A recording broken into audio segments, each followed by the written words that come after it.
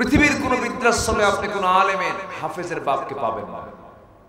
দুঃখে বুকটা ফেটে যায়। আমার দেশে বৃদ্ধাশ্রম গড়ে উঠেছে গাজীপুর, আমি নিজের চোখে দেখেছি।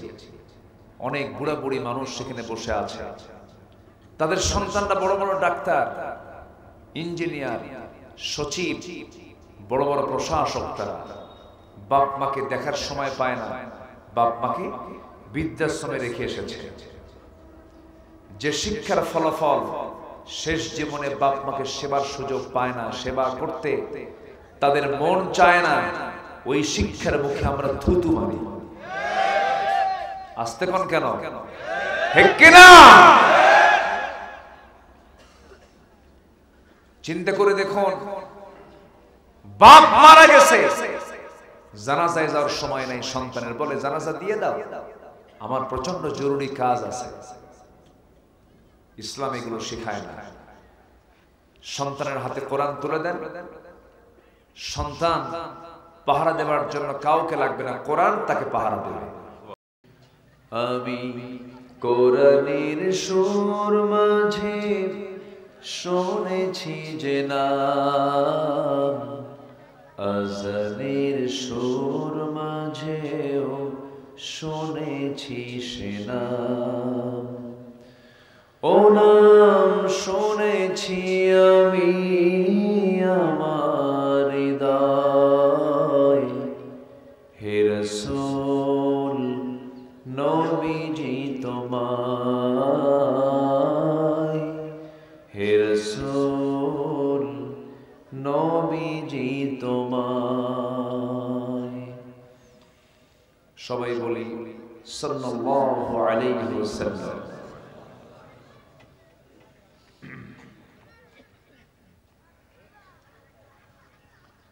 পাবনা জেলার চাটমোহর উপজেলার বেচপাড়া, প্রভাকরপাড়া, পাথাইলহাট, কৈনুরা সম্মিলিত হাফিজিয়া মাদ্রাসা এতিমখানা মাহফিল ইন্তেজামি কমিটি কর্তৃক আয়োজিত 24তম বার্ষিক ওয়াজ মাহফিল 2024 মাদ্রাসা মাঠে অনুষ্ঠিত আজকের এই মহৎ আয়োজনের সম্মানিত সুযোগ্য সভাপতি আলহাজ সোহরাব আলী সরকার, সম্মানিত অতিথিবৃন্দ জনাব আলহাজ মুজাম্মিল হক, আলহাজ সরকার, কবির আহমেদ, আমার আগে কথা বলেছেন নন্দিত আলেমে দ্বীন, আমার অত্যন্ত কাছের মুহতারাম মাওলানা ফরহাদুজ্জামান মাহদী, কথা বলেছেন বিশিষ্ট ইসলামী চিন্তাবিদ মুহতারাম মাওলানা আব্দুল হান্নান সরকার, উপস্থিত হাজারাত উলামায়ে কেরাম, ফদলায়ে ইজাম, সুশীল সমাজ, জাতির শ্রেষ্ঠ সন্তান, শিক্ষক মণ্ডলী, সামনে উপস্থিত আজকের মাহফিলের প্রধান আকর্ষণ, যাদেরকে নিয়ে আজকের এই সাজানো গোছানো বর্ণাঢ্য একটা আয়োজন, তাওহীদের পতাকাবাহী, কালিমার ঝান্ডাবাহী, দ্বীন ইসলামের নরসারদুল বীর মুজাহিদ, প্রাণ প্রিয় সম্মানিত দ্বীনি ভাইরা, আড়ালে বসে আছেন শ্রদ্ধেয়া সম্মানিতা মা বোনেরা। আলোচনার সূচনায় আনুষ্ঠানিকতার মধ্য দিয়ে আমার পক্ষ থেকে আবারও দিল খোলা সালাম, আসসালামু আলাইকুম ওয়া রাহমাতুল্লাহি ওয়া বারাকাতুহু। সালামের জবাব একটু ভিজা ভিজা মনে হলো, আসলেই তো ঠান্ডা। আসসালামু আলাইকুম ওয়া রাহমাতুল্লাহ।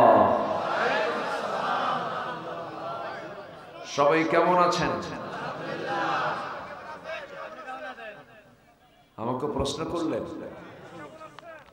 আল্লাহ তাআলা আমাকে আপনার মতোই আপনার কাতারেই আপনার সাথী রেখেছেন, বলি আলহামদুলিল্লাহ। আবারও বলছি আলহামদুলিল্লাহ। সারা রাতের আরামের ঘুম, শীতকালের লেপের তলে থাকার মজা, এটাকে মাইনাস করে আমরা এমন একটি সুন্দর আয়োজনে কোরআনের টানে বসে আছি, এমন সুন্দর পরিবেশে যে মনিব আমাকে আপনাকে সুযোগ করে দিলেন, সেই মহান রবের শানে বলে উঠছি আলহামদুলিল্লাহ। সবাই বলছে আল্লাহুম্মা আইন্নি আলা যিকরিকা ওয়া শুকরিকা ওয়া হুসনি ইবাদাতিকা। আমরা আল্লাহ তাআলা শুকর আদায় করে নিলাম।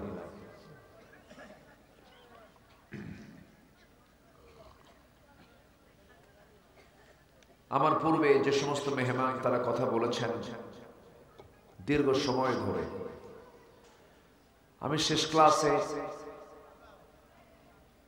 এই গভীর রাতে কিছু ভাঙ্গা চোরা কিছু কথা বলতে চাচ্ছি। আমাকে সময় দেবেন তো নাকি? কারো কোনো আপত্তি নেই তো?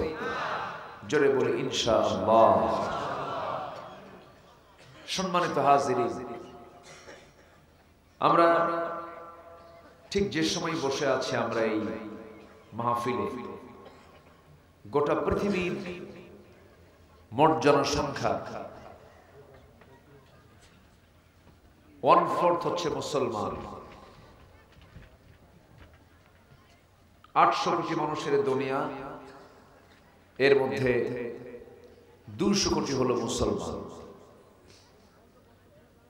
প্রতি 4 জনে একজন মুসলমান।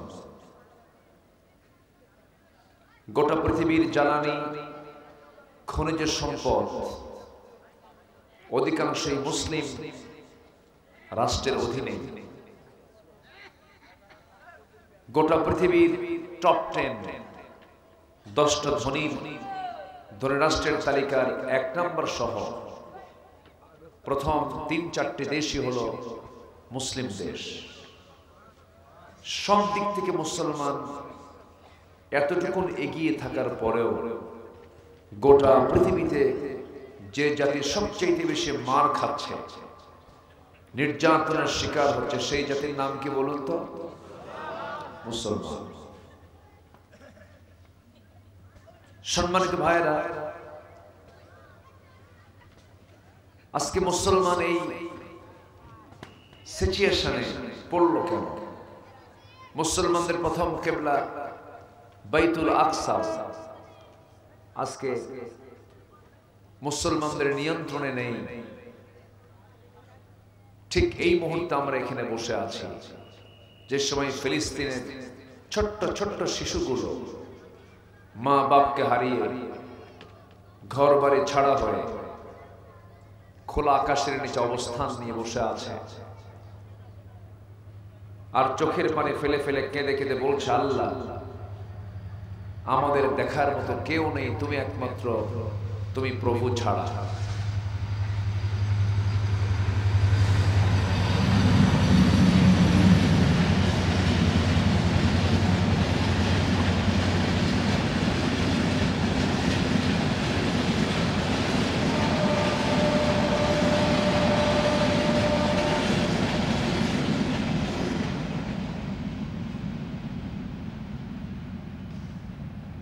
সম্মানিত ভাই,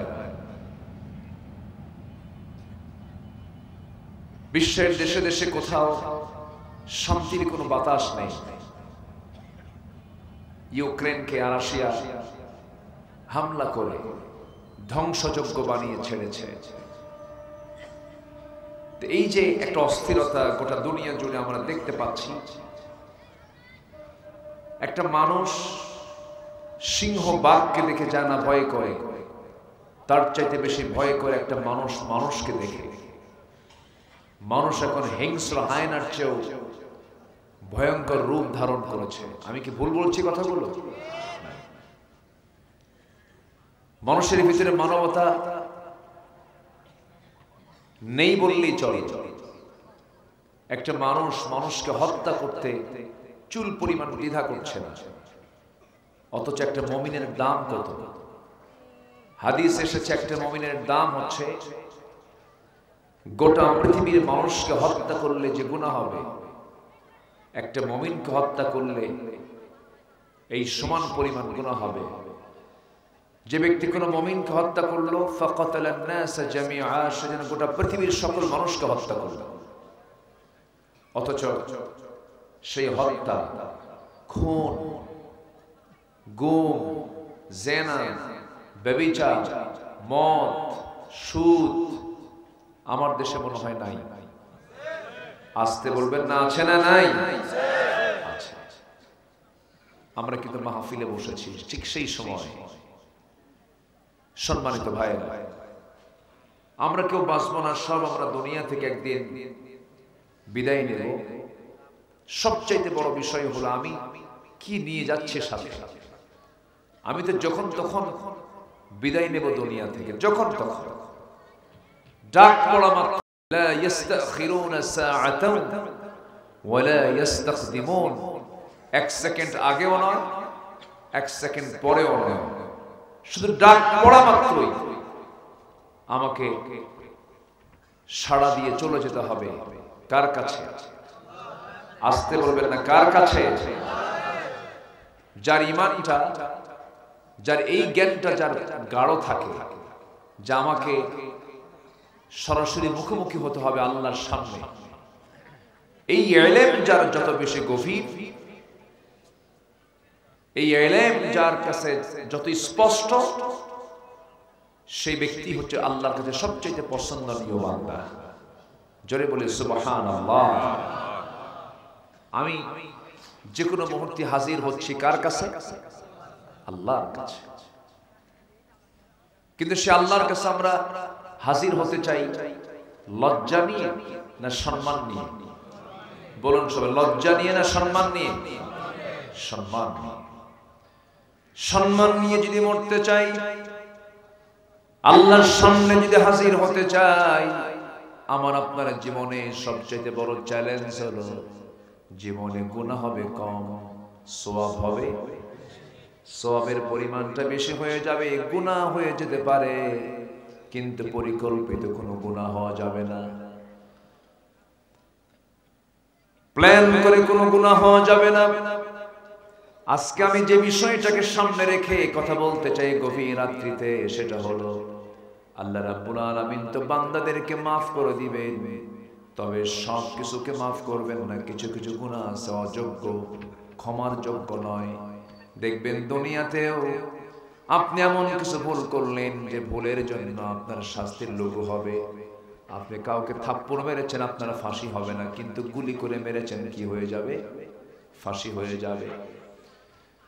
আল্লাহ রাব্বুল আলামিন বলেন, বান্দারে, একটা লক্ষ্য নিয়ে তোমাকে দুনিয়াতে পাঠালাম।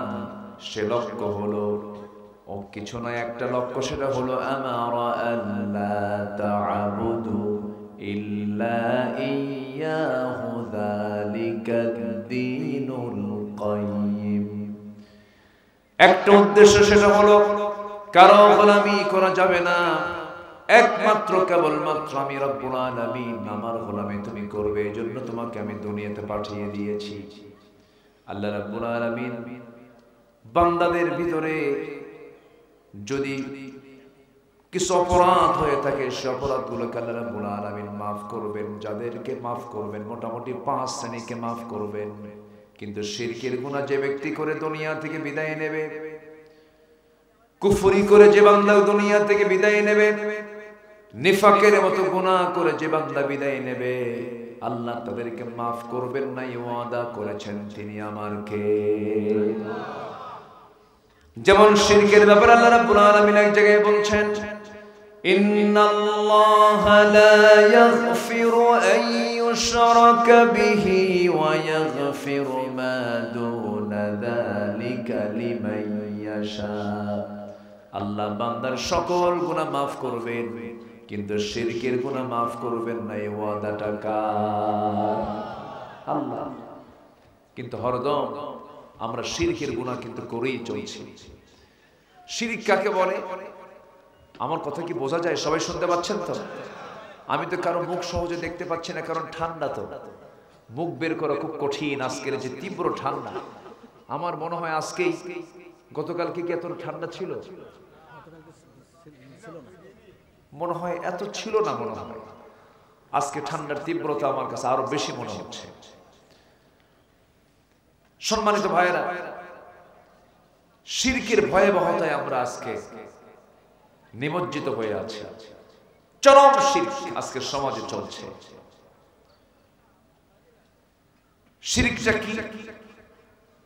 শিরক হচ্ছে এমন একটি গুনার নাম যে গুনাহ করলে বান্দার জান্নাত বাজেয়াপ্ত হয়ে যায়। জান্নাত কি হয়ে যায়? বাজেয়াপ্ত হয়ে যায়। শনিবারে বাঁশ কাটা যাবে না, শুক্রবারে কি সকালবেলা বাকি দেওয়া যাবে না, মঙ্গলবারে বিয়ে হওয়া যাবে না। আছে নাকি? আসতে বলে আছে না নাই? এগুলো কুসংস্কার, এগুলো এক প্রকার শিরক।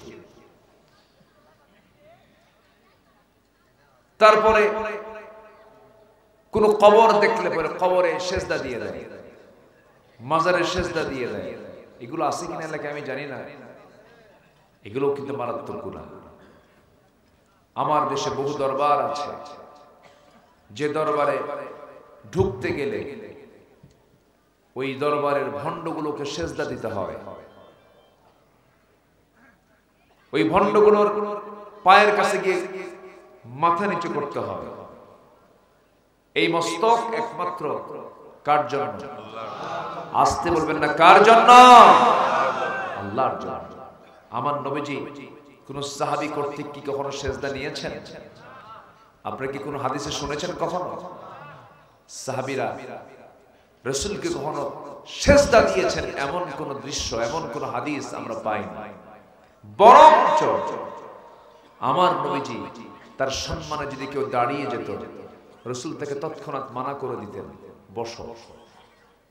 ছোট্ট একটা ইতিহাস আমার মনে পড়লো, সবার কম বেশি জানা আছে। আমার নবীজি জীবনে দুইটা জায়গায় সবচাইতে বেশি মার খেয়েছেন। একটা হলো হিজরত করার পরে উহুদের প্রান্তরে, আরেকটা হচ্ছে হিজরতের আগ দিয়ে মদিনায় যখন দাওয়াতি কাজ তার বন্ধ হয়ে গেল, বন্ধ করে দিল আবু জেহেলরা। যেমন করে 16টি বছর আমার দেশে প্রতিটি মাহফিলে বাধার সৃষ্টি করেছিল বাতিল শক্তি। আসতে কোন কেন করেছিল? প্রোগ্রামগুলো করতে দেয়নি।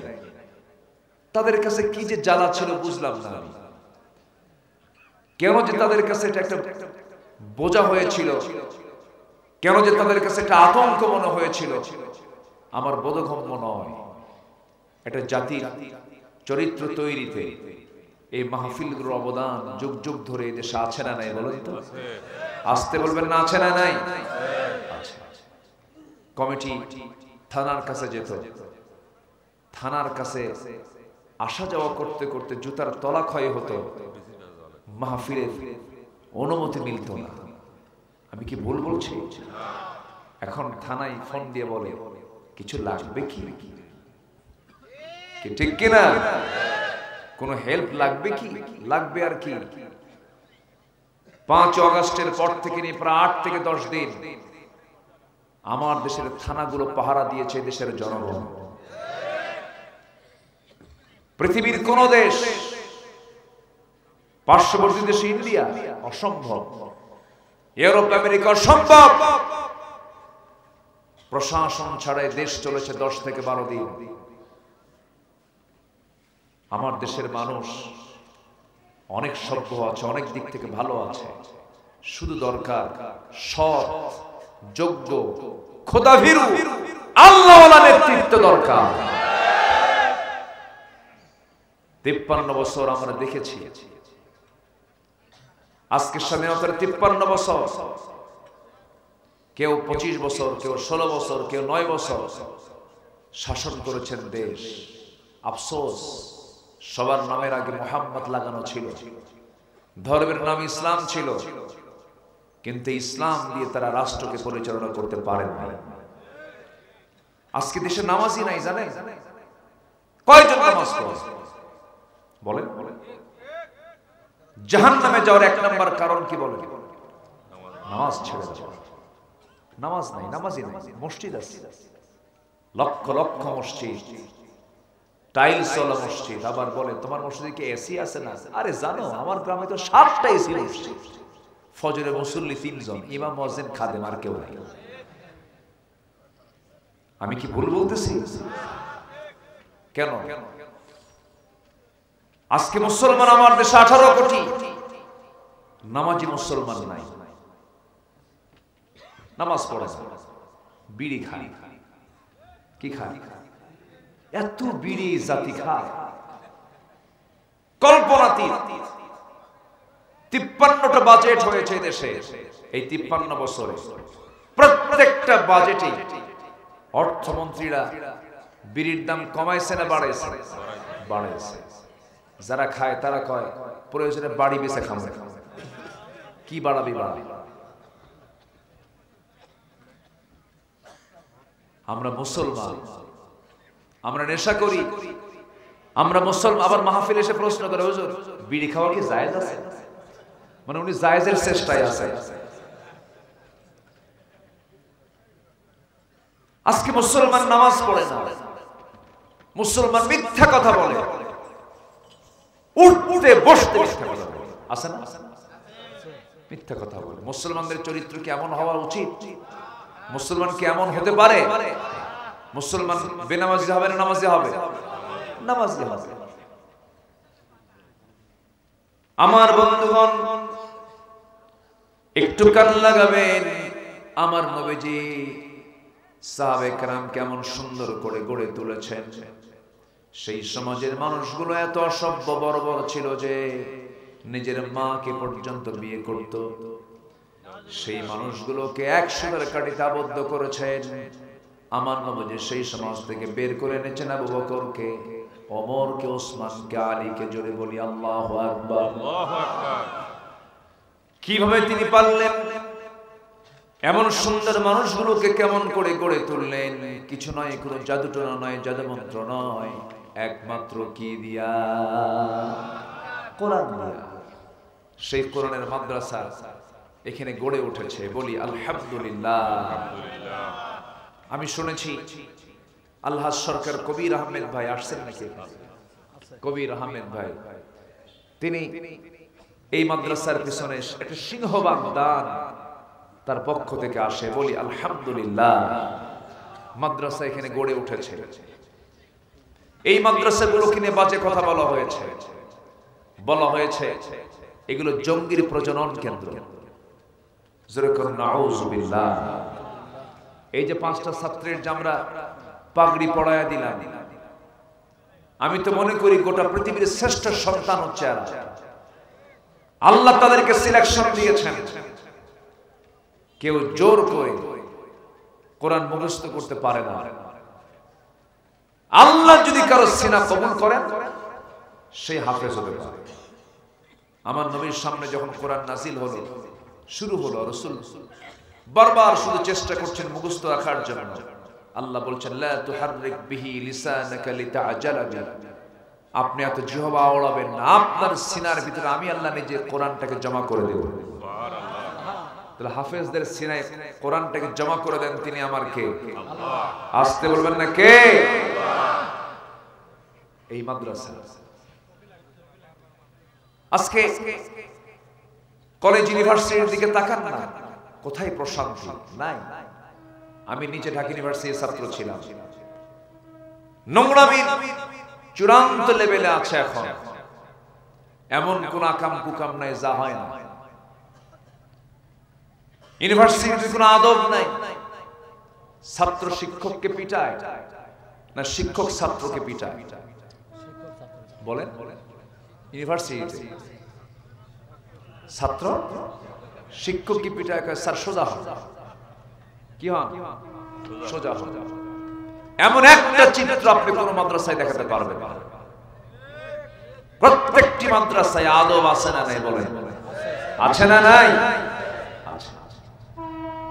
গোটা পৃথিবীর কোন বৃদ্ধাশ্রমে আপনি কোন হাফেজের বাবাকে পাবেন না, আলেমের বাবাকে পাবেন না। কিন্তু আমার দেশে কিছু বৃদ্ধাশ্রম গড়ে উঠেছে।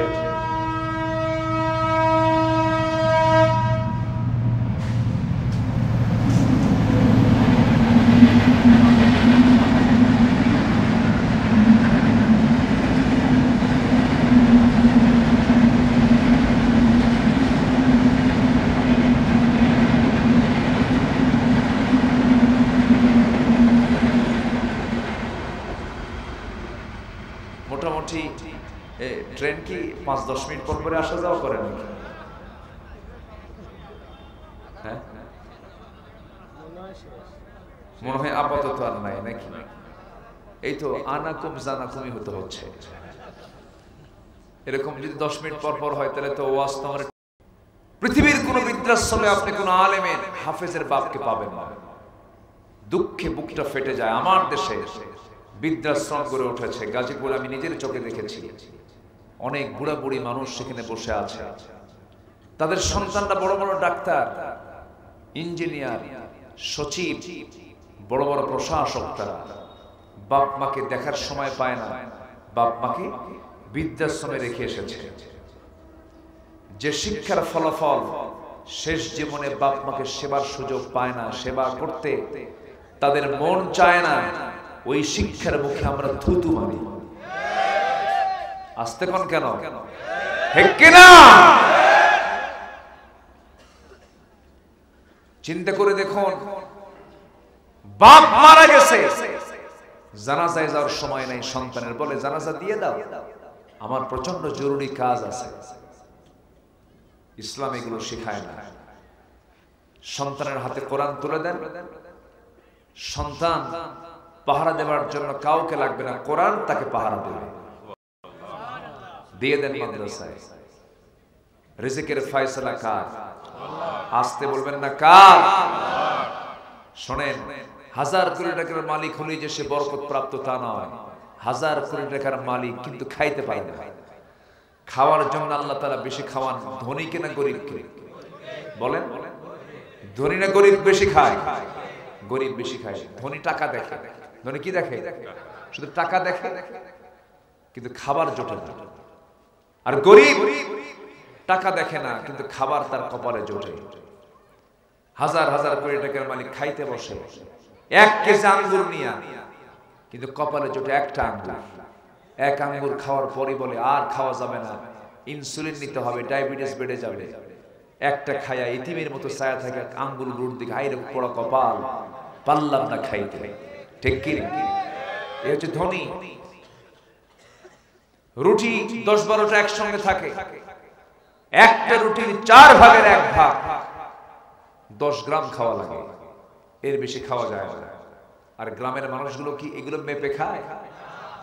ফজরের সময় ওঠে, চলে যায় মাঠে, দিল একখান শারীরিক পরিশ্রম, বাড়িতে এসে রাতের পাতিলের নিচে বেঁচে থাকা পান্তা বসলো একদম নতুন মৌসুমের পেঁয়াজের ফুল দিয়া, কি ঠিক কিনা? একদম কাঁচা মরিচ দিয়া, লবণ নিয়া, ডিশ একখান ভইয়া 1 কেজি পান্তা 1 গোগ্রাসে শেষ। খাওয়ার পর যখন বলে খাইছো কেমন, আরো 1 কেজি হলে ভালো হয়। গরিবের সন্তান বেশি না ধনীর সন্তান বেশি? গরিব লোকের সন্তান বেশি হয়, ধনীর সন্তান তো খুব কম। খুব তারা সিনসিয়ার থাকেন। সিনসিয়ার হতে হতে 20 বছর আর বাচ্চা হয় না। 20 বছর পরে একটা বাচ্চা হয়, তার চোখ একটা নাই, ঠ্যাং একখান। আর গরিব মানুষের বাচ্চা একই বছর, এই মাথায় একটা ওই মাথায় একটা, তাও 1 জোড়া কইরা। আলহামদুলিল্লাহ কবেন না? নিয়ামত দেওয়ার মালিক কে? বরকত দেওয়ার মালিক কে? আল্লাহ তাআলা। এজন্য চাইবো আমরা কার কাছে? কার কাছে চাবো? কোন ব্যক্তির কাছে চাওয়া যাবে না, কোন কারোর কাছে সেজদা দেওয়া যাবে না। আমার নবীজি কারো থেকে সেজদা নেন না।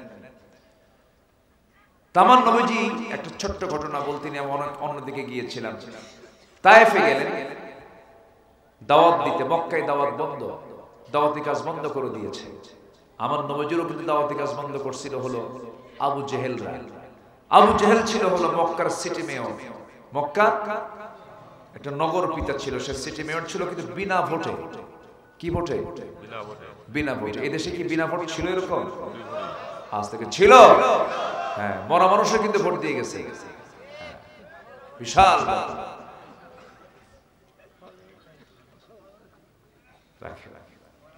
তায়েফের ময়দানে কালিমার দাওয়াত দিতে গেলেন, বুক ভরা সানিয়া মনে মনে ভাবলেন মক্কায় দাওয়াতি কাজ বন্ধ, আমার এই শ্রীধন্য তায়েফ।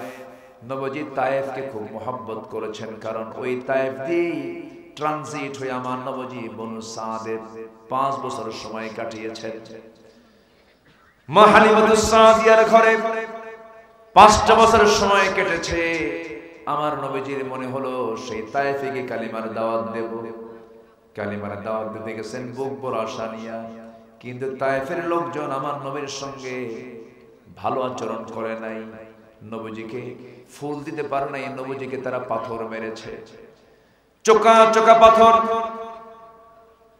ওই তায়েফের বুড়ো বুড়ো কিছু দুষ্ট শয়তান মাতব্বর গুলো সব বলে দিল, শৃঙ্খল যুবকদেরকে লেলিয়ে দিল, যাও চোকা চোকা পাথরগুলো ওই পাগল মোহাম্মদকে মারো। যখন পাথরগুলো মারা শুরু করলো, ফিঙ্কি দিয়ে রক্ত পড়া শুরু হলো, মাথা রক্তগুলো গড়ে গড়ে পা পর্যন্ত চলে এলো, জুতার তলার সঙ্গে পায়ের তলার জমাট বেঁধে গেল। নবীজি সেন্সলেস হয়ে পড়ে থাকলেন। সবাই মনে মনে ভেবেছে বুঝি মুহাম্মদ বুঝি মারা গেছে। নবীজির সেন্স কিছুক্ষণ পর ফিরে আসলো, জুতা খুলতে পারছেন না, জুতার তলার সঙ্গে পায়ের তলার জমাট বেঁধে গেছে, টেনে টেনে খুলতেছেন। নবীজি আমার, নবীর পাশে কেউ নাই।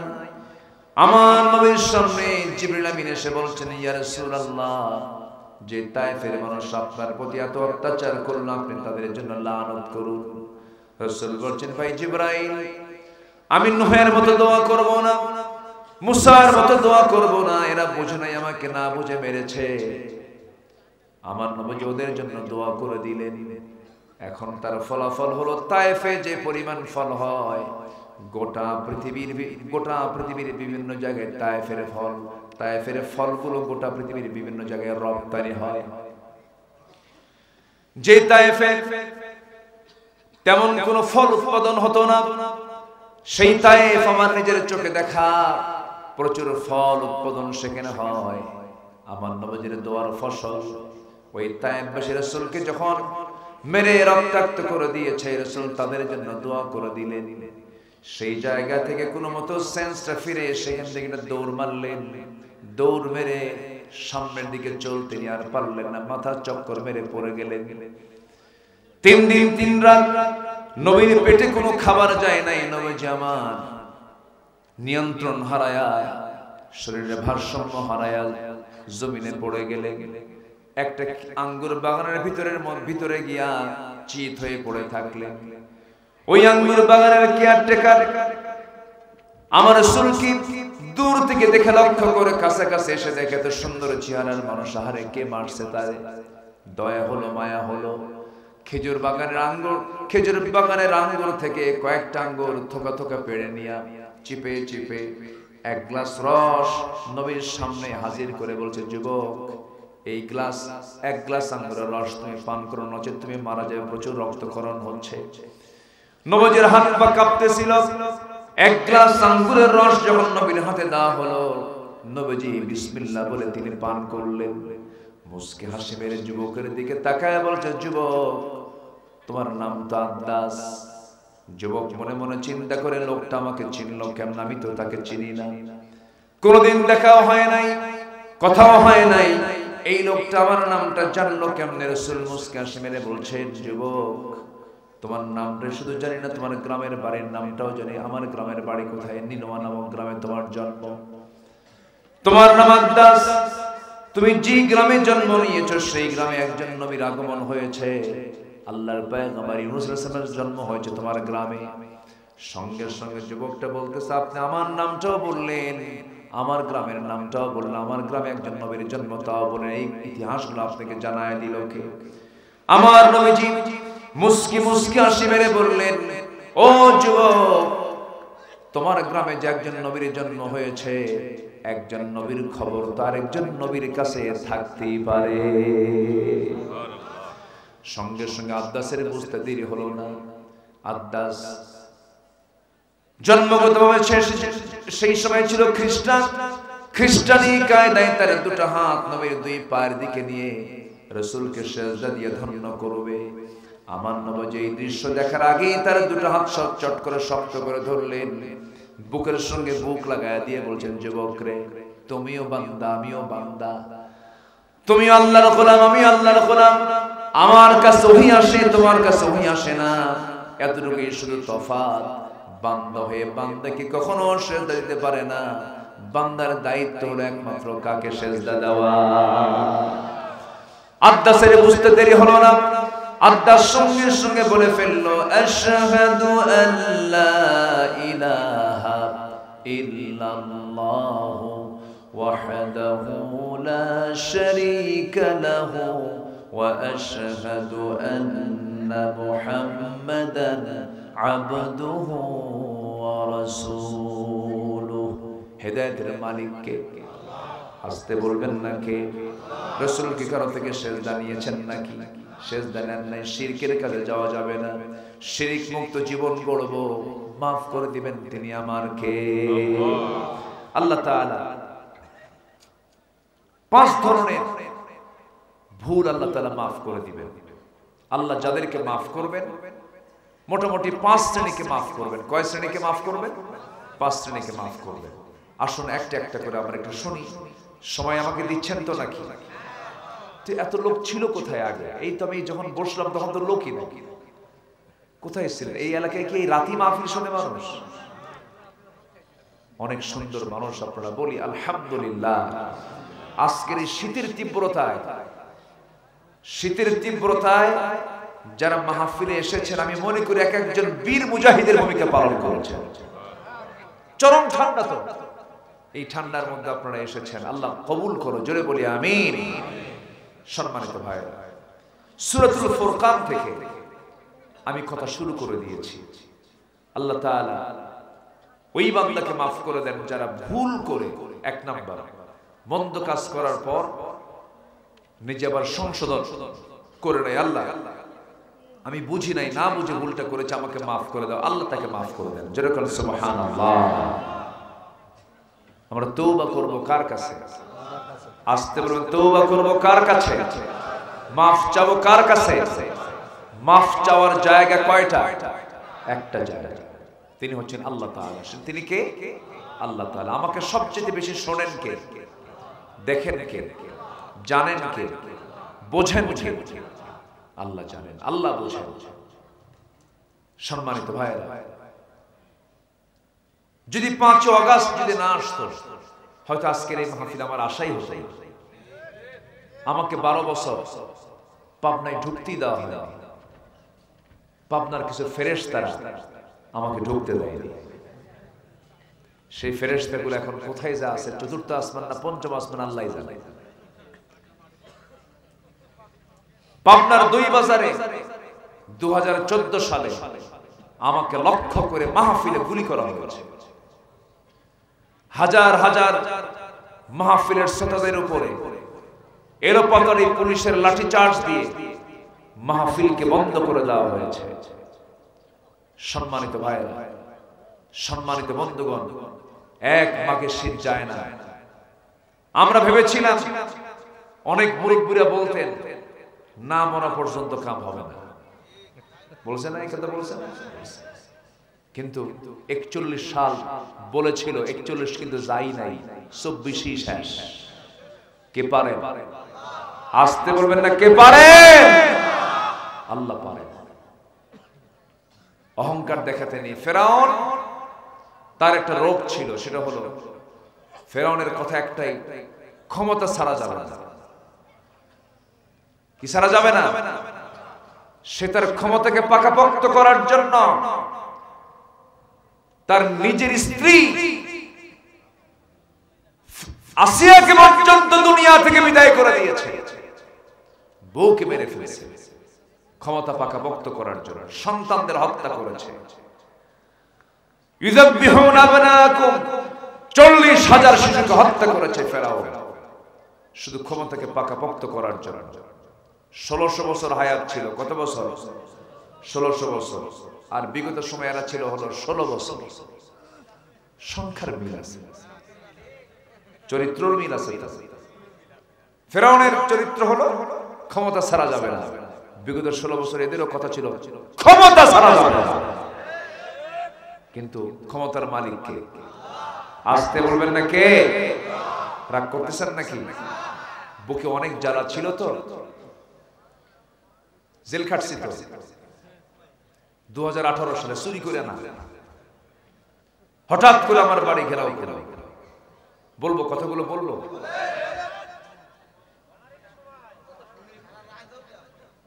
আমাকে ধরে নিয়ে বাড়ি থেকে নিয়ে চলে গেল, সাদা মাইক্রোবাস, সাদা ড্রেসে পড়া। বলেন এটা আতঙ্ক না? নিয়ে চলে গেল, থানায় গিয়ে জমা হলো। থানার ভিতরে ঢুকলাম, ওসি মহোদয় বলে, হুজুর আমি আপনার খুব ভক্ত, ওয়াজ শুনি, কান্দি, কিন্তু উপায় তো নাই, আমার তো চাকরি বাঁচান ফরজ। আমি বলে ফেললাম, ইমান বাঁচান তো নফল। মামলা খান দিয়ে বলল, হুজুর নির্বাচনটা পার হোক এরপরে আসে। ঢুকলাম ভিতরে, 85 বছরের এক বুড়ো মানুষ সামনে দাঁড়ানো। ভিতরে ঢোকা মাত্র আমার দিকে লম্বা খান সালাম দিয়ে বলল, হুজুর আপনি জেলখানায়? খুব খুশি হইলাম, আসেন আসেন। বললাম, চাচা আপনি এটা কি বললেন? আপনি জেলখানায় কেউ খুশি হয়? কে বাবা ওয়াজ শুনতে চাই, আপনার অনেক দূর থেকে ওয়াজ শুনি, মোসাফা করতে চাই, পারি না, পাশাপাশি বসবো তাও পারি না, এত সুন্দর চান্স পাইছি, এতে কি দুঃখের সংবাদ? বসেন।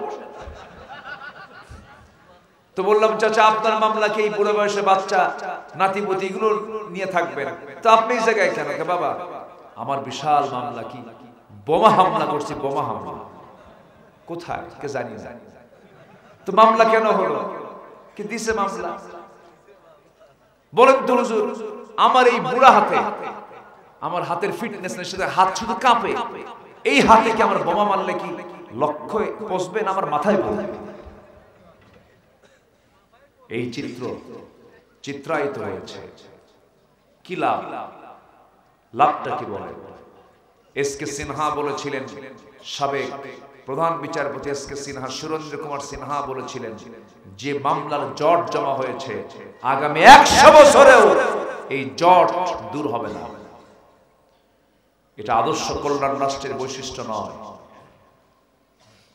সাইয়েদনা ওমর ফারুক রাদিয়াল্লাহু তাআলা 2 বছর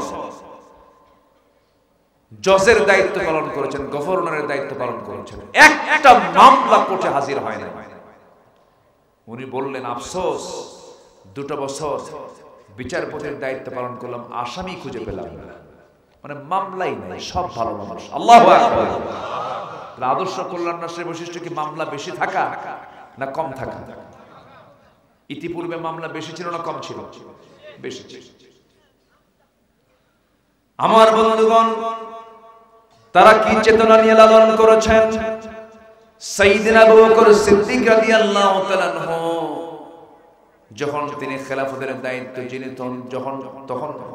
তিনি যখন পেয়েছিলেন, প্রত্যেক রাতে ঘর থেকে বের হতেন, রাতের আধারে জনগণকে দেখার জন্য যখন বের হতেন, খালি পায়ে, নগ্ন পায়ে বের হতেন,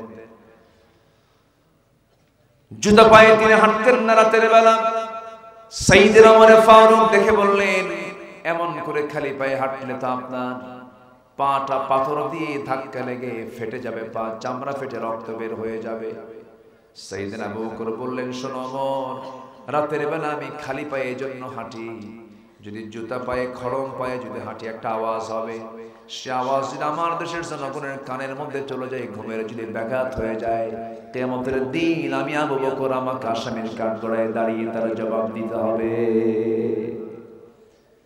নাগরিকের ঘুম যেন নষ্ট না হয়, এজন্য খড়ম যদি না পায়ে দিয়ে খালি পায়ে হেঁটেছেন দেশের একজন প্রেসিডেন্ট, প্রধান, আর নেতা আসবে, সামনে 50, পিছনে 50টা মোটর সাইকেল, মন্ত্রী ঢুকবেন যমুনা ব্রিজ দিয়ে, হাটি কুমরুল হয়ে বনপাড়া ঢুকবেন, 3 ঘন্টার জন্য রাস্তায় সব গাড়ি বন্ধ। এগুলোর নাম ইসলাম শিক্ষা নয়। ওমরের জীবন দেখেন। ভারতের শ্রী মহাত্মা গান্ধী বলেছেন, একজন হিন্দু অশান্ত পৃথিবীকে শান্ত করার জন্য মুসলমানদের মতো একটা ওমর পৃথিবীতে দরকার। আমরা কি দেখছি এগুলো? ওমরে ফারুক রাদিয়াল্লাহু আনহু তিনি বলেছেন, ফোরাত নদীর তীরে একটা কুকুর যদি অনাহারে মারা যায়, ইরাকের রাস্তা খারাপের কারণে যদি উটের পা গর্তের মধ্যে পড়ে যদি উটের পা ভেঙে যায়, কুকুর কেন মারা গেল আর উটের পা কেন ভাঙলো, আমি ওমর আমাকে জবাব দিতে হবে। মানুষ তো দূরেই থাকে, সুবহানাল্লাহ বলবেন না? জোরে বলে সুবহানাল্লাহ। আমরা কি এমন পরিবেশ কি পেতে চাই? এমন কি পরিবেশ আমরা পেতে চাই? এমন শাসনকে আমরা দেখতে চাই? তাহলে কি দরকার? আসতে বলুন না, কি দরকার? কোরআন দরকার। আমি খুব আনন্দিত, আমি তো ভাবছিলাম যে মাহফিলে গিয়ে কি লোকজন পাবো নাকি, কিন্তু অনেক সুন্দর মানুষ আপনারা, বলি আলহামদুলিল্লাহ। আমি খুব বেশি লম্বা সময় নিতে পারবো না, আমাদের এই সময়টা খুব চাপ, সবাই চায়, সবাই ডাকে, ডাকে সাড়াও দিতে হয়, যেতে হয়। এই মাহফিলটা খুব অল্প সময় নিয়েছে, আমি এই তো কয়েকদিন আগে, আমি এর আগে আসছিলাম মনে হয় একবার আসছিলাম, এই তো কয়েকদিন আগে। আমার মিতা কোথায়? জি ভাইজান জোর কইরা কিভাবে যে ডেটটা নিয়ে আসলো জানেন? আমার একটা প্রোগ্রাম ছিল, সে প্রোগ্রামকে শর্ট করে তাড়াহুড়ো করে আইসা, কি বলে কি বাজার, নতুন বাজার, নতুন বাজারের আগে একটা কি ওটা না, ট্রেন লাইন যেটা রেল বাজার, ওখান থেকে ভিতরের দিকে ঢুকে দেখি আধা ঘন্টা ঘুরে আবার ওই জায়গায় আসছে, মোটামুটি আধা ঘন্টা ওই জায়গায় গেছে। এরপর চলে আসলাম। আপনাদের এই জান্নাতের চেহারাগুলো আল্লাহ পাক আমাকে দেখালেন। আল্লাহ যেন একই সঙ্গে হাসরও যেন একে আরশ আজিমের ছায়া যেন দেখা সাক্ষাৎ করায় দেন। জোরে বলি আমিন। এই তো মরেই যাবো, তো আমরা মরবো না? মরে যাবো। মাফ চাইবো কার কাছে? কার কাছে ক্ষমা চাবো আমরা? আল্লাহর কাছে। 5টা শ্রেণীকে আল্লাহ পাক মাফ করবেন। নাম্বার 1, ভুল করে কোনো হারাম কাজ হয়ে গেছে, তৎক্ষণাৎ যদি মাফ চেয়ে নিয়ে বলে আল্লাহ আমার ভুল হয়ে গেছে, আমি আর ভুল করবো না, আল্লাহ তারা মাফ করবেন। জোরে বলে সুবহানাল্লাহ। ক্ষমা চাইবো কার কাছে? আল্লাহর কাছে। আল্লাহ রাব্বুল আলামিন বলেন, সুম্মা ইন্না রাব্বাকা লিল্লাযীনা আমিলুস সুআ বিজাহালাতিন সুম্মা তাবু মিন বা'দি যালিক ওয়া আসলাহু ইন্না রাব্বাকা মিন বা'দিহা লাগফুরুর রহিম। জোরে বলুন আল্লাহু আকবার। কোন কাজ তোমার ভুল হয়ে গেছে, বিজাহালাতিন, জাহালাতের কারণে তুমি ভুলটা করে ফেলেছো, আল্লাহ তোমাকে মাফ করে দিবেন। অজ্ঞতায় ভুল হয়ে গেছে, মাফ করে দিবেন। নাম্বার 2 হলো তওবা করে যারা ঈমান আনবে, সৎ কর্ম করবে, নেক কাজ করবে, আল্লাহ তাদের পাপগুলোকে পুণ্য দিয়া পরিবর্তন করে দিবেন। জোরে বলে সুবহানাল্লাহ। আল্লাহ রাব্বুল আলামিন বলেন, ইল্লা মান তাবা ওয়া আমানা ওয়া আমিলা সালিহান ফাউলাইকা ইউবাদদিলুল্লাহু সাইয়্যাতিহিম হাসানাত ওয়া কানাল্লাহু গফুরুর রহিমা। জোরে বলুন আল্লাহু আকবার। তবে যারা তওবা করবে, ঈমান আনবে, নেক আমল করবে, আল্লাহ ওয়াদা করছেন তার জীবনের যে গুনাহগুলো ছিল সেই গুনাহগুলোকে আমি আল্লাহ রাব্বুল আলামিন সওয়াব দিয়ে তা পরিবর্তন করে দেব। জোরে বলে সুবহানাল্লাহ। শর্ত হলো তওবা করতে হবে। কি করতে হবে? তওবা। তওবার দরজা এখনো খোলা আছে না বন্ধ আছে? খোলা আছে। তওবা করব আমরা। জোরে বলি ইনশাআল্লাহ। নামাজ না পড়া, হ্যাঁ সবাই কি নামাজ পড়ি তো নাকি? সবাই নামাজ পড়ি। 5 ওয়াক্ত নামাজ পড়বেন কারা কারা? একটু হাত তুলে দেখান তো দেখি। 5 ওয়াক্ত নামাজ একটু হাত তুলে দেখান। একটু ফেরেশতারা একটু রেকর্ড করুক। জীবনে তো বহু নেতার হাত, নেতার ওয়ার্ডে তুলছি, কিন্তু নেতা সব পালায় গেছে। নেতারা নাই, ওরা ফাঁকি দেয়, কিন্তু আল্লাহ ফাঁকি দিবেন না। বলেন ইয়া আল্লাহ, আমাদেরকে 5 ওয়াক্ত সালাত আদায় করার তৌফিক তুমি আল্লাহ দিয়া দাও। জোরে বলি আমিন। আরো জোরে আমিন। আরো জোরে আমিন। হাত না, কষ্ট দিয়ে ফেললাম। বাড়িতে মা বোন আছে না নাই? ওদের পর্দার দরকার আছে না নাই? তাদের নামাজের দরকার আছে না নাই? একজন নারী 4 জন পুরুষকে জাহান্নামে নিয়ে যাবে, বড় বিপদ। কিন্তু খালি বাপ হলেই হবে না, স্বামী হলেই হবে না, বড় ভাই হলেই হবে না। অবশ্যই সেই সমস্ত নারীদের দিকে অবশ্যই আমাদের খেয়াল করার দরকার আছে না নাই? অনেক হাজি আছে বউটা পর্দা করে না, অনেক হাজি আছে নিজে সুদ খায়। সুদ তো মনে হয় 7 প্রহরে নাই। বলবো না থাক, যদি অসুবিধা হয়। আপনি না বললেও তো বলবো। আমি সে পাবলিকই না, আমি সে লোকই না।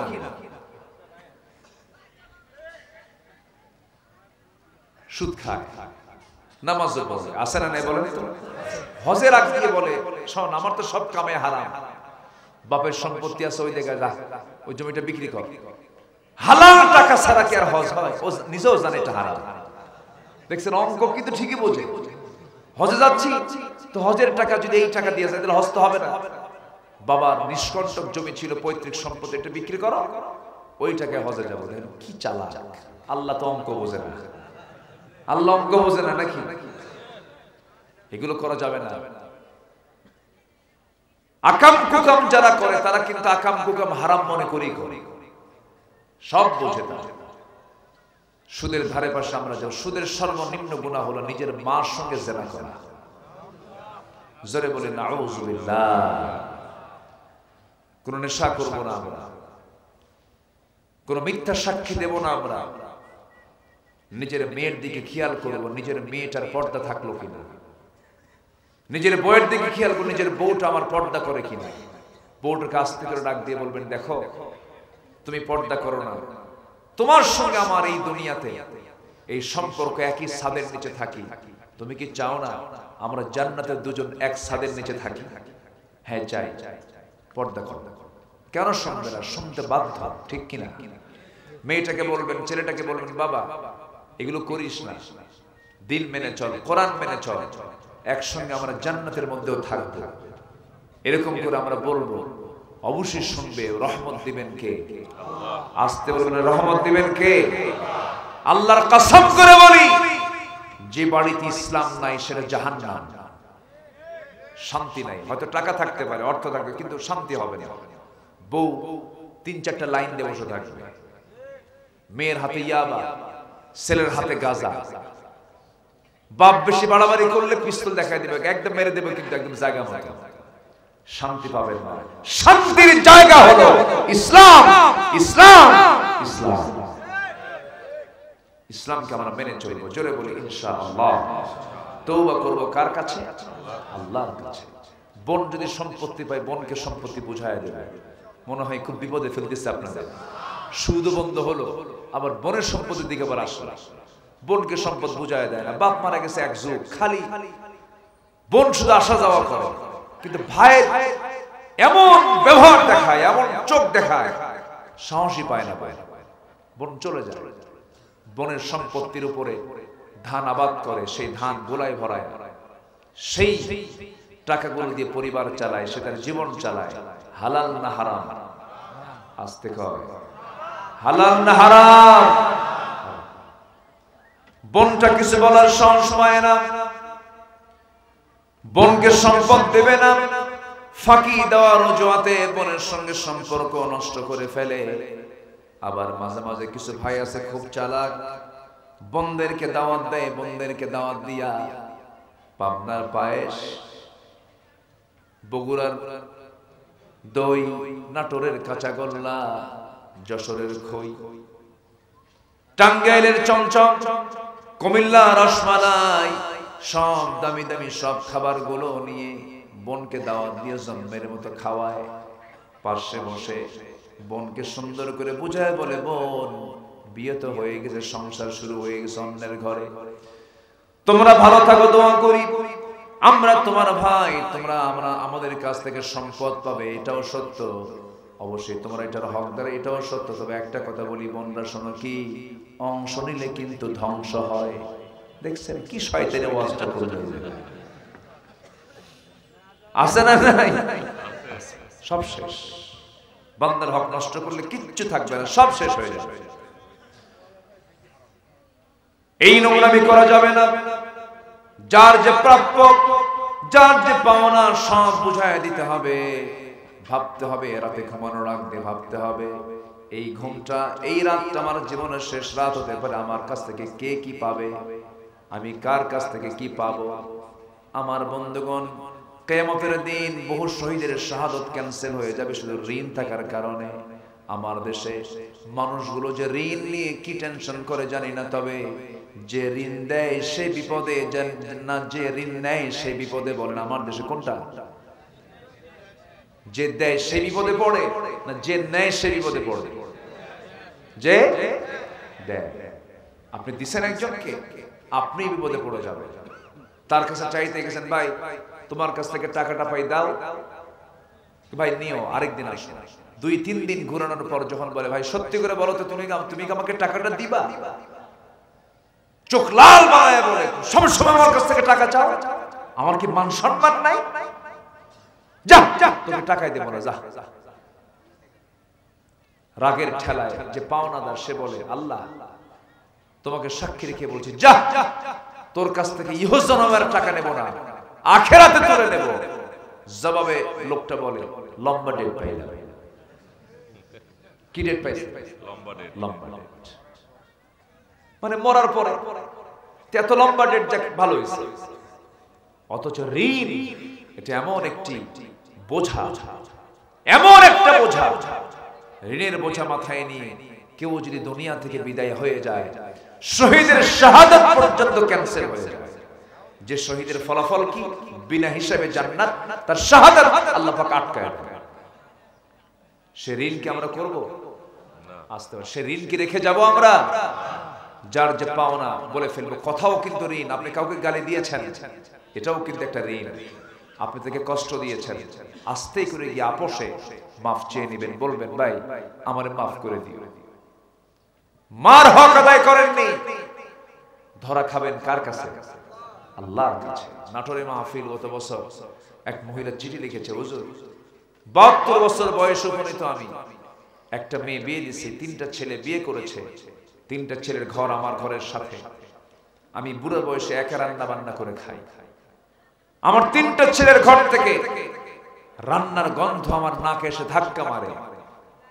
আপনি আমার সন্তানদের জন্য একটু দোয়া করবেন, আল্লাহ যেন আমার সন্তানদের দিলটা যেন গলায় দেয়। চিন্তা করে দেখুন, যে মা 3টা ছেলেকে এক হাড়িতে খাওয়ালেন, আর 3টা সন্তান 3 হাড়িতে এক মাকে খাওয়াতে পারে না। আছে না? মনে হয় পাবনাই নাই, আছে কি না? আচ্ছা, বাপ মা অতিরিক্ত বোঝা মনে করা হয়, কিন্তু এমনটা করা যাবে না। মা তো মাই, বাবা তো বাবা। এই দুনিয়াতে দোয়া কবুলের মহাজন 2জন, যাদের দোয়া কখনো মিস হয় না। আমার বন্ধুগণ, আমার যারা আলোচনা শুনছেন, একটা বিষয় মাথায় রাখবেন, যার ঘরে মা নামক বাপ নামক দৌলত আছে, তার জন্য গোটা পৃথিবী আছে। বাপ মা হলো গোটা পৃথিবী। ওই বাপ মা যারা বুড়া বুড়ি হয়ে গেছে, কখনো রাগ করে কথা বলবেন না, ঝাঁকি দিয়ে কথা বলবেন না। আপনার বৃদ্ধ পিতা আপনার বিরুদ্ধে গিয়ে মানুষের কাছে বলবে, বুড়া মানুষ তো বুড়া হয়ে গেছে, আপনার বিরুদ্ধে বলবে আমার ছেলে ভালো না, আমার ছেলে এই করে এই করে, নানা কথা বলে ফেলবে। বয়সের ঘাটতির কারণে, বয়স হয়ে গেছে, বুদ্ধির ঘাটতি হয়ে যায়। আপনার কাছে যখন যা কিছু আবদার করবে, আপনি কখনো মানা করবেন না, কারণ আপনি যখন ছোট ছিলেন, আপনার বাবাও আপনার কোন আবদার সে মানা করে নাই। আব্বা আম্মার জন্য দোয়া আল্লাহ রাব্বুল আলামিন শিখায় দিয়েছেন। যারা পড়েন আওয়াজ দিয়ে আমার সঙ্গে ঠোঁট মিলিয়ে বলুন, রব্বিরহামহুমা কামা রব্বায়ানি সগীরা। সবাই বলুন, রব্বিরহামহুমা কামা রব্বায়ানি সগীরা। আল্লাহ তাআলা 5 শ্রেণীকে মাফ করেন না। এর মধ্যে একটা শ্রেণী হলো ভুল করে গুনাহ করেছে, আল্লাহ তাকে তওবা করলে মাফ করে দেন। যে বান্দা তওবা করবে, ঈমান আনবে, সৎ আমল করবে, আল্লাহ তাকে মাফ করে দেন।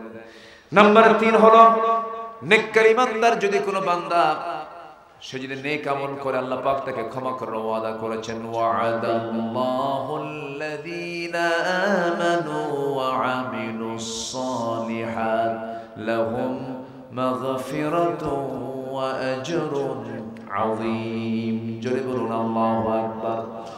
নাম্বার 4 হলো পাপাচারের পর যারা আল্লাহকে স্মরণ করবে, জেনে শুনে গুনাহের পুনরাবৃত্তি করবে না, যারা জেনে শুনে কোনো গুনাহের দিকে আর জড়াবে না নিজেকে, আল্লাহ রাব্বুল আলামিন তাদের ব্যাপারে বলেছেন ওয়াল্লাযীনা ইযা ফাআলু ফাহিশাতান আও যালামু আনফুসাহুম যাকারুল্লাহ ফাস্তাগফিরু লিযুনুবিহিম ওয়া মান ইয়াগফিরুয যুনুবা ইল্লাল্লাহ ওয়া লাম ইউসিররু আলা মা ফাআলু ওয়া হুম ইয়ালামুন। জোরে বলুন আল্লাহু আকবার। বান্দা তুই আমার দিকে হেঁটে হেঁটে আসবি, আমি তোর দিকে দৌড়া দৌড়া যাব। বান্দা তুই আমার দিকে 1 হাত আগাবি, আমি তোর দিকে 10 হাত আগাবো। এই ওয়াদাটা কার? আল্লাহর। এজন্য আল্লাহর কাছে আমরা মাফ চেয়ে নেব। চোখের পানি যদি ফেলতেই হয় ফেলবো আমরা দুনিয়ার জন্য না আল্লাহর জন্য? আসতে বলবেন না, কার জন্য?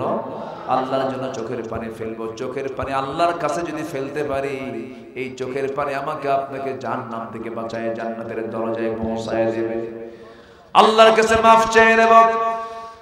নাম্বার 5 হলো ওই সমস্ত বান্দাকে আল্লাহ রাব্বুল আলামিন মাফ করে দেন যে সমস্ত বান্দার মধ্যে 10টা গুণ থেকে যাবে। এই 10টা গুণের উপরে যদি আমি কথা বলতে যাই 10টা দিনই লেগে যাবে, অনেক লম্বা লম্বা আলোচনা। তবে হ্যাঁ, আল্লাহ তাআলা মুমিনদের জন্য আল্লাহ রাব্বুল আলামিন জান্নাতের বরাদ্দ দিয়েছেন, কাফিরদের জন্য জাহান্নাম বরাদ্দ দিয়েছেন। আল্লাহ প্রত্যেককে খাঁটি ঈমানদার হওয়ার তৌফিক দান করুন। জোরে বলি আমিন। আরো জোরে আমিন, আরো জোরে আমিন। সম্মানিত ভাইরা, সম্মানিত বন্ধুগণ, তবে একটা বিষয়, সেটা হলো এই যে আমাদের সমাজে মসজিদও বাড়তেছে, সুদও বাড়তেছে, তারপরে দান সদকা মানুষ বেশি বেশি দেয়, নামাজিও বাড়তেছে, কিন্তু এইদিকে জেনা আছে না নাই? মদের বোতল আছে না নাই? ওয়াজ করে সমাজ থেকে আপনি সুদ বন্ধ করতে পারবেন না, জেনা বন্ধ করতে পারবেন না, মদের বোতল বন্ধ করতে পারবেন না। এগুলো বন্ধ করার জন্য দরকার হচ্ছে আইন। কি দরকার বলেন? আইন। সে আইন বাংলার জমিনে কায়েম হোক। সবাইকে চান? আসতে বলে সবাইকে চান? এটা কি এমনি এমনি আসবে? এমনি এমনি আসবে না। এই হারাম কাজগুলোকে সমাজ থেকে মূলোৎপাটন করার জন্য নির্দিষ্ট আইন দরকার, সেটা হচ্ছে আল্লাহর আইন। আর সে আল্লাহর আইন প্রতিষ্ঠার জন্য আজকে আপনি মাঠে কাজ করেন, আপনার আরেক ভাই আপনার বিরুদ্ধে দাঁড়িয়ে দাঁড়িয়ে, অথচ তার পরিচয় হচ্ছে সে মুসলমান। আমাদের একটাই কথা, একটাই দাবি, সব দেখা শেষ, আগামীর দেশ আমরা দেখতে চাই কোরআনের দেশ। রাজি আছেন কারা কারা? হাত উঁচু করে দেখান মুসলমান।